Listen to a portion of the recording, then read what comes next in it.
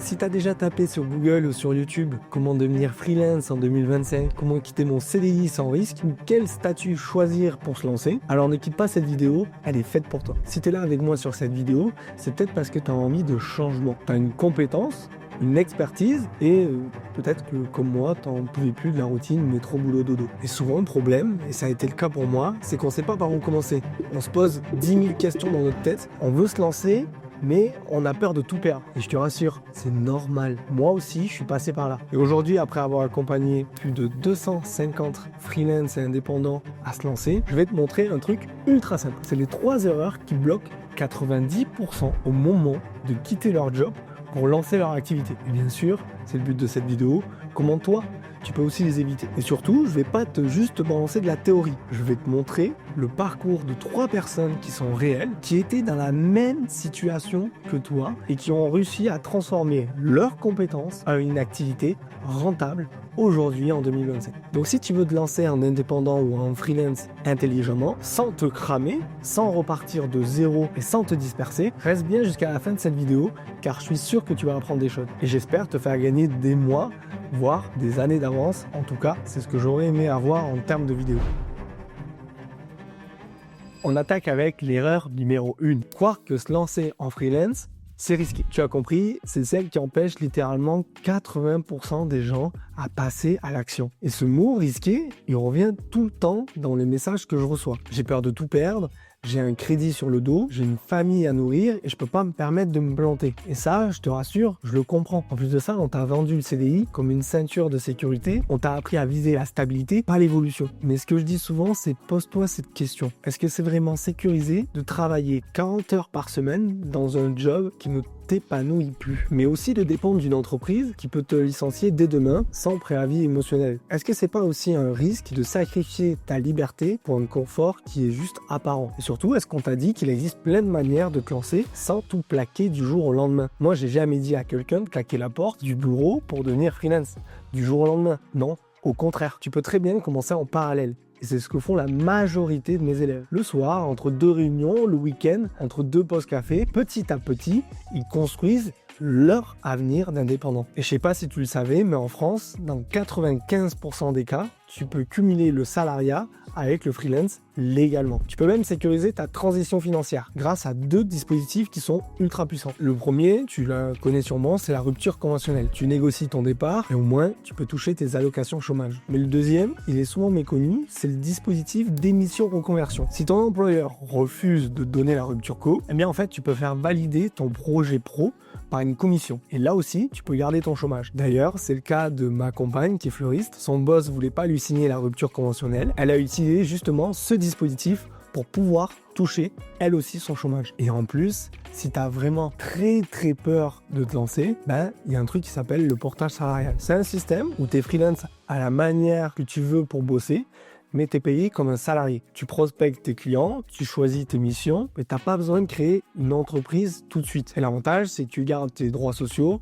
ta retraite et ta mutuelle. Alors bien évidemment, ça demande de sortir de sa zone de confort. Mais entre attendre 10 ans, une hypothétique promotion, une augmentation de salaire et poser les premières briques de ton indépendance dès maintenant, pour moi, le vrai risque, c'est pas essayer de se lancer. Pour moi, le vrai risque, c'est s'oublier. De rester figé, paralysé par la peur pendant que les années passent. Et moi, c'est exactement ce que je me disais dans mon quotidien. Je voulais surtout pas me réveiller à 45 ans, là où t'as pas la même énergie que maintenant, plus la même flamme, et surtout, t'as vu les autres avancer pendant que toi, t'étais bloqué. Donc non, devenir freelance, c'est pas un saut dans le vide, c'est une transition qu'on peut rendre intelligente, progressive et sécurisée. Et si tu as encore des doutes sur le statut, les démarches, sur les bons choix à faire, j'ai fait une vidéo à ce sujet. C'est une vidéo qui t'explique comment créer ton entreprise. Simplement, même si tu connais rien. Elle est disponible sur la chaîne et tu pourras, si tu veux, aller la voir juste après celle-ci. La deuxième erreur, c'est attendre d'être prêt avant de se lancer. Est-ce que tu sais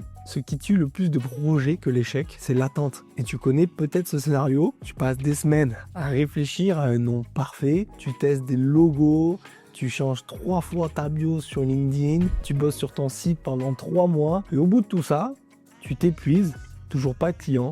Toujours pas une facture. Et souvent, tu dis, ça marche pas. Parce que pour moi, C'est toutes ces raisons qui te font attendre d'être prêt. Pourquoi? Parce que ce que tu fais, c'est du travail rassurant. Tu te rassures, tu te donnes l'illusion d'avancer, mais tu repousses le seul truc qui compte, te confronter au marché. Et je te dis ça avec beaucoup d'empathie parce que j'ai exactement fait la même chose. Quand j'ai lancé mon premier business, j'ai passé 3 semaines à choisir une belle typographie. Je voulais vraiment que tout soit parfait, mais la vérité, c'est qu'en fait, j'avais peur de parler à mes clients, peur qu'on me dise non, peur de sortir un peu de ma grotte derrière mon ordinateur, mon bureau. Et cette peur, je la vois tous les jours chez les indépendants que j'accompagne. Je te promets, ils sont brillants, compétents, prêts, mais paralysés. Ils ont envie que leur offre soit la plus irrésistible, leur positionnement le plus clair possible et leur univers de marque le plus pro. Mais il y a un truc qu'on oublie tous, c'est que le seul juge, c'est le marché. Et pour illustrer ce que je suis en train de te dire, je vais te donner un exemple concret. Cet exemple, c'est Lydia. Quand elle est venue me voir, elle n'avait ni logo, ni site, ni réseau, mais elle avait une chose, une compétence bien identifiée. Et surtout, elle a accepté de se lancer en version brouillon. Elle s'est rendue à une rencontre d'entrepreneurs près de chez elle. Et résultat, elle a décroché ses 3 premiers rendez-vous. Sur ces 3 premiers rendez-vous, elle a signé son premier contrat. Et ça, en moins d'1 mois. Et le plus important, c'est qu'elle n'a pas attendu d'être prête. Elle a décidé d'agir, d'apprendre en marchant. Souvent, quand on me pose la question, c'est quoi le secret? C'est en faisant que tu deviens prêt. Pas l'inverse. Alors pose-toi cette question aujourd'hui. Est-ce que tu es en train de progresser? Dans quel cas c'est ok? Ou est-ce que tu es en train de perfectionner ta planque, ta grotte? Parce que ton site, ton branding, ton storytelling, certes, c'est important, mais au début, il faut que tu fasses juste une seule chose. Tu dois aider un client. Et pour ça, tu dois accepter de te lancer de façon imparfaite, de prendre le téléphone, d'envoyer des messages et oser dire « je peux t'aider ». Et voilà comment. Et je te garantis que si tu fais ça, tu passes devant 90% des gens. Et enfin, la 3e erreur, c'est celle qui est liée avec les 2 précédentes. C'est celle qui empêche littéralement des milliers de freelances potentiels de se lancer. Ils ne voient pas la valeur de ce qu'ils savent déjà faire. Franchement, c'est ce qui me rend le plus fou. Mais c'est vraiment réel. Il y a des gens brillants, compétents, qui ont bossé 5, 10 ans, voire 15 ans dans un domaine, et qui me disent en regardant leurs chaussures, j'ai pas de compétences monétisables moi. Mais attends. Tu bosses dans une entreprise depuis des années. Ça peut t'arriver de former des collègues, tu fais avancer des projets, tu gères des process, et tu vas me dire que dans tout ça, il n'y a rien qui est valorisable. Et tu sais pourquoi tu penses ça? Parce que tu as été formaté à voir ta compétence uniquement dans un cadre salarial. On t'a jamais appris à te positionner et surtout à la transformer en offre. Mais en réalité, et c'est ça que je veux défendre, c'est que chaque compétence peut devenir un business model. Je te redonne un exemple, c'est celui de Nicolas. Il bossait comme chargé d'affaires dans l'audiovisuel. C'était un super pro, mais il pensait « je suis qu'un exécutant ». En creusant, on a vu qu'il avait une vraie expertise sur l'installation de salles de visioconférence. Il comprenait les besoins des entreprises, les enjeux techniques et les contraintes terrain. Alors, on a transformé ça en offre clé en main. Et aujourd'hui, Nicolas vend un service de modernisation des espaces de réunion. Il a ses propres clients, ses propres contrats et surtout, il vit de sa compétence. Et ça, c'est la même chose avec Benoît. Benoît, c'est un ancien banquier passionné de vin. Il pensait que sa passion, ça valait rien. Et aujourd'hui, il vend des ateliers de dégustation et des formations en ligne. Et il est plus épanoui qu'à l'époque où il gagnait 5 chiffres dans la banque. Et tu sais ce qu'ils ont tous en commun? Ils ont accepté d'arrêter de se voir comme un poste dans une boîte. Ils ont commencé à se faire voir comme une solution pour quelqu'un. Et toi, devant moi, tu as peut-être été RH, comptable, acheteur, ingénieur, responsable qualité. Alors, pose-toi cette question. Quelle douleur j'aide à résoudre au quotidien? Parce que je te rassure, les clients ne paient pas pour un intitulé de poste.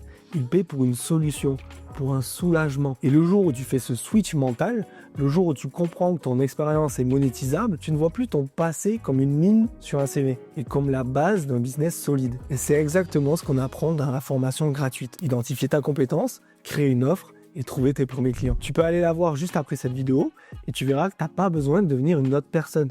Tu dois juste apprendre à faire rayonner ce que tu fais déjà de bien. Tu l'as compris, on a un tournant. Tu le vois, tu le ressens, les codes du travail sont en train de changer. Avant, on voulait un CDI, une sécurité, une ligne sur un CV. Et aujourd'hui, on veut du sens, de la maîtrise et de la liberté. Et cette quête, c'est pas un caprice, c'est une réponse logique à un monde qui va trop vite, à une époque où tu peux bosser de n'importe où, avec n'importe qui, et impacter profondément la vie de tes clients. En 2025, on n'est plus dans un modèle où tu dois user 40 heures par semaine pour mériter ta vie. Tu peux travailler autrement, plus intelligemment, plus en alignement avec ce que tu sais déjà faire et qui tu veux devenir. Et c'est exactement pour ça que j'ai décidé de créer une formation. Pas pour te faire rêver, mais pour te montrer concrètement comment on fait, pas à pas. Cette formation est complètement offerte. Tu as le lien qui est dans la description. Et si tu as écouté cette vidéo jusqu'ici, c'est peut-être parce que tu es prêt. Pas prêt parfaitement, mais prêt à commencer à vivre selon tes règles. Et crois-moi, ça change tout.